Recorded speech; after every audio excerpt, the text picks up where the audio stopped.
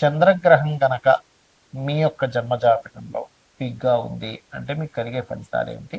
ఈ 40 రోజులు ఎటువంటి పరిహార మార్గం చేసుకోవడం ద్వారా ఈ 17 ఫిబ్రవరి నుంచి 40 డేస్ చేసుకోవడం ద్వారా మీకు ఎటువంటి ఫలితాలు, మీరు అద్భుతమైన ఫలితాలు పొందుతారు అని చెప్పి చూసుకున్నట్లయితే, ప్రధానంగా చంద్రుడు చంద్రమా మనసో జాత అంటారు. అంటే చంద్రుడు మనసుకు కారకుడు, వేదం చెప్తుంది అది. కావున చంద్రుడి యొక్క స్థితి కనుక బాగోకపోతే వాళ్ళ యొక్క మానసిక స్థితి అంత గొప్పగా ఉండదు, గుర్తుపెట్టుకోండి.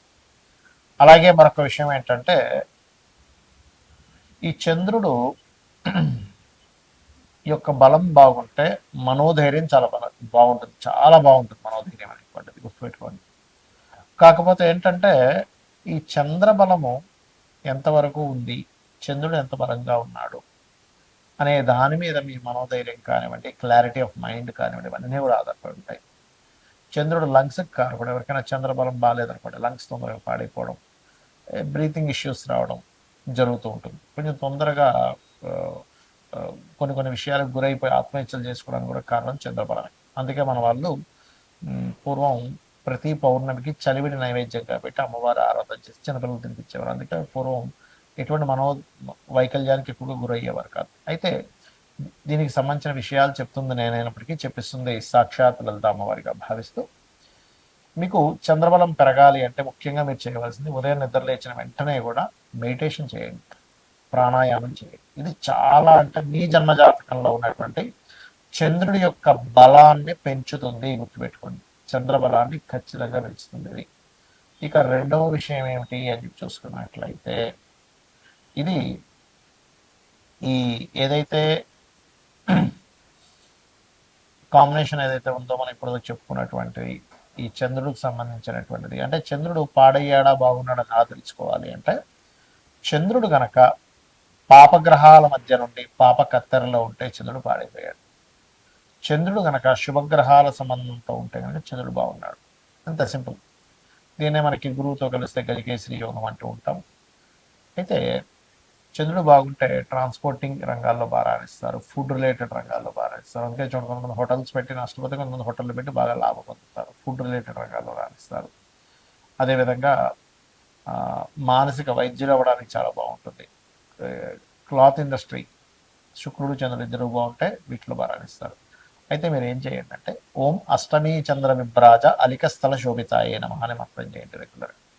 అలాగే దీంతో పాటు మరొక విషయం ఏంటంటే, ఇక్కడ గమనించినట్లయితే మీరు మెడిటేషన్ చేయడము, ఆ మంత్రం చేయడము, ఓం మనస్విని నమః అనే మంత్రం చేయడము, గోవులకి బియ్యపు పిండి తినిపించడము, మరియు అదేవిధంగా అన్నదానం ఎక్కువగా చేయడము, పాలని శివాలయాల్లో ఇవ్వడం, ఇవన్నీ కూడా మీకు చంద్రబలాన్ని పెంచుతుంది. ఈ యొక్క 40 రోజుల పాటు ఇది చేయండి.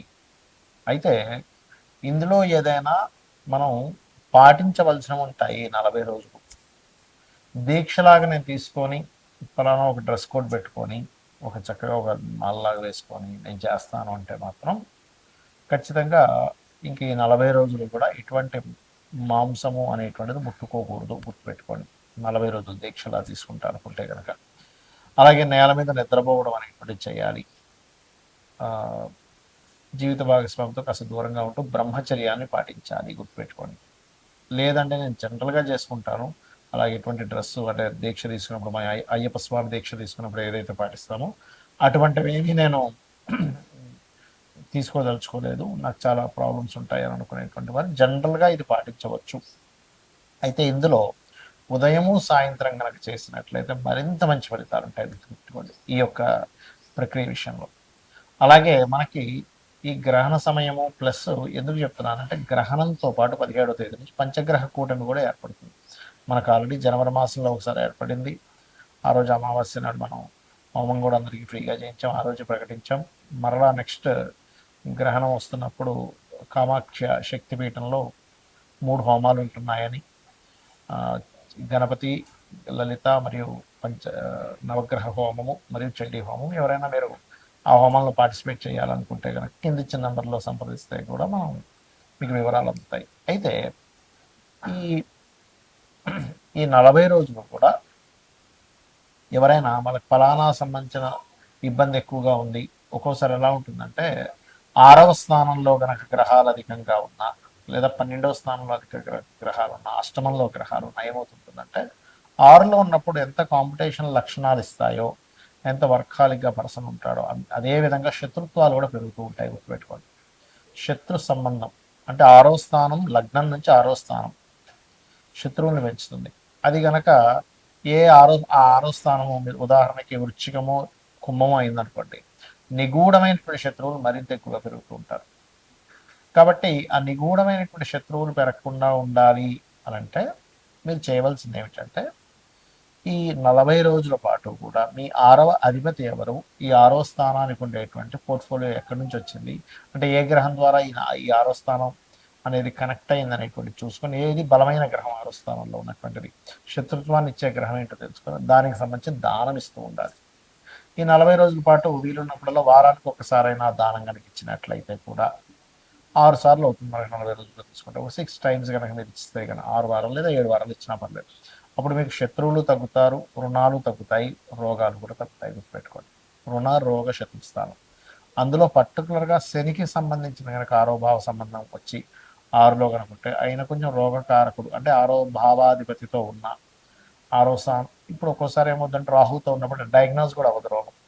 అలాంటప్పుడు మీరు రాహుకేతువులకు సంబంధించిన దీపారాధన చేయడం చేసినట్లయితే ఈ 40 రోజులు చాలా చాలా చాలా క్రూషియల్ టైం, అంటే చాలా ఇంపార్టెంట్ ఇదనమాట, గుర్తుపెట్టుకోండి. ఇక అష్టమంలో ఉన్న అష్టమంలో అధిక గ్రహాలు ఉంటే ఏమవుతుందంటే రీసెర్చ్కి చాలా బాగుంటుంది, నిగూఢమైనటువంటి విషయాలు నేర్చుకోవడం చాలా చాలా బాగుంటుంది. కానీ అన్ఎక్స్పెక్టెడ్గా లైఫ్లో ఎక్కువ సంఘటనలు జరుగుతుంటాయి. ఏమంటే సడన్గా ఉద్యోగం పోయింది, లేకపోతే ఆల్ ఆఫ్ సడన్గా మేము మారిపోవాల్సి వచ్చింది, అసలు సడన్గా యాక్సిడెంట్ అయినట్టు ఉంటారు. దానికి కారణం ఏంటంటే అష్టమంలో ఉండే గ్రహాలు. అందుకని 40 రోజులు కూడా మీ లగ్నం నుంచి, అంటే మీకు మేషం నుంచి మీనం వరకు మనకి 12 రాసులు ఎలాగో 12 లగ్నాలు ఉంటాయి. ఆ యొక్క 12 లగ్నాల్లోని లగ్నం నుంచి ఇప్పుడు ఉదాహరణకి మేష లగ్నం అనుకుందాం, 8వ భావం వృశ్చికం అవుతుంది, వృషభం అనుకుంటే 8వ భావం ధనస్సు అవుతుంది, మిథునం అనుకుంటే 8వ భావం మకరం అవుతుంది. ఇలాగా లగ్నం నుంచి 8వ స్థానంలో ఏ గ్రహాలు ఉన్నాయో వాటికి సంబంధించిన దానాలు 40 రోజులు ఇస్తున్నట్లయితే ఈ గ్రహ ప్రభావం అనేటువంటిది ఉండదు.